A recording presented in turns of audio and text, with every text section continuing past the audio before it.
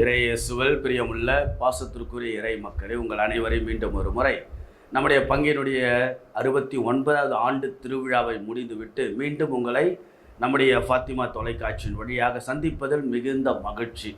அன்புக்குரியவர்களே, அன்னையோடு தோல்வி இல்லை, அந்த அன்னையின்றி வாழ்வில் வெற்றியும் இல்லை. எதை செய்தாலும் அது இறைவனுடைய அதிமிக மகிமைக்காக என்றால் நிச்சயமாக அதனுடைய பயனையும் பலனையும் நாம் பெறுகின்றோம். அந்த அன்னையினுடைய அருள் ஆசிர்தான் கடந்த 10 நாட்களாக நம்முடைய பங்கில் நடைபெற்ற அற்புதமான திருவிழா நாட்கள் இல்லையா? கொடியேற்றி எவ்வளோ மக்கள் வருகை தந்து நாள்தோறும் திருப்பலிகள், ஜபமாலைகள், சிறப்பு ஜபங்கள், பாடல்கள், உரையாடல்கள், உறவாடல்கள், தேநீர்கள் இவற்றின் வழியாக நம்மை ஒரு ஆன்மீக வாழ்விலும் சரி, மன உளவியல் ரீதியாக சரி, உறவு ரீதியாக சரி நாம் வந்தோம், வாழ்ந்தோம், வளர்ந்தோம். அற்புதமாக அந்த திருவிழாவினுடைய உச்சமாக நற்கருணை பெருவிழாவெல்லாம் வெகு சிறப்பாக அமைந்து தேர் பவனிலே நாம் ஆயிரக்கணக்கான மக்கள் கலந்து கொண்டு கொடி இறக்கத்தையெல்லாம் நாம் சந்தித்து விட்டு ஒரு பூரிப்போட, ஆர்ப்பரிப்போட, ஆர்வத்தோட, ஆசையோட, நம்பிக்கையோடு நாம் பெற்றுக்கொண்ட எத்தனையோ நன்மைகள் ஏராளம். ஆகவே கடந்த ஆண்டுகள் முழுவதும் நாம் பெற்றுக்கொண்ட ஏராளமான நன்மைகளோடு இணைத்து நம்முடைய சிறப்பு வேண்டுதல்களெல்லாம் அன்னையின் தேவ பாதத்தில் நாம் வைத்தோம். ஆகவே அன்புக்குரிய இறை மக்களே, இந்த 10 நாட்கள் திருவிழா சொல்லிக் கொடுத்த பாடம் என்ன?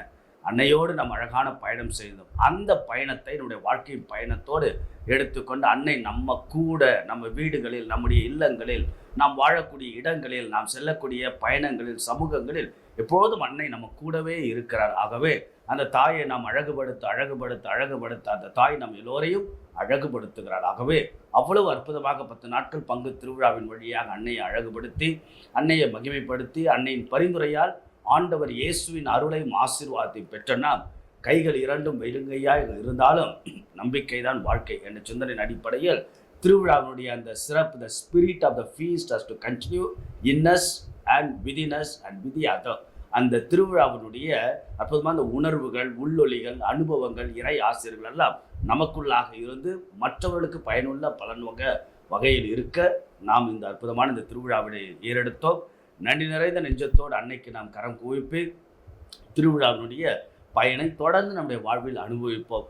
ஆக இந்த திருவிழாவின் வழியாக ஒரு சில தீர்மானங்களை நாம் எடுத்து செய்ய முயற்சி எடுக்கலாம். ஒன்று, தினசரி காலையில் எழுந்திருக்கின்ற பொழுதும் இரவு தூங்கச் செல்வதற்கு முன்பாக 3 முறை அருள் நிறைந்த மரியே வாழ்க என்று அன்னையை நாம் வாழ்த்தி நாளை தொடங்கலாம், நாளை முடிக்கலாம். அந்த அருள் நிறைந்த மரியே என்ற அந்த சொல்லாடலுக்கு அவ்வளவு ஒரு மகிமையும் வல்லமையும் அருளும் ஆசிரும். இரண்டாவதாக நாள்தோறும் ஜபமாலை, பாத்திமா தாயினுடைய பாதுகாவலில் அற்புதமாக இந்த திருவிழாவை நாம் கொண்டாடிய நாள் அன்னைக்கு உகந்த அற்புதமான இந்த ஜபமாலை பக்தியில் நாமும் சரி, நம்முடைய குடும்பங்களும் வளர அன்போடு உங்களை கேட்டுக்கொள்கின்றேன்.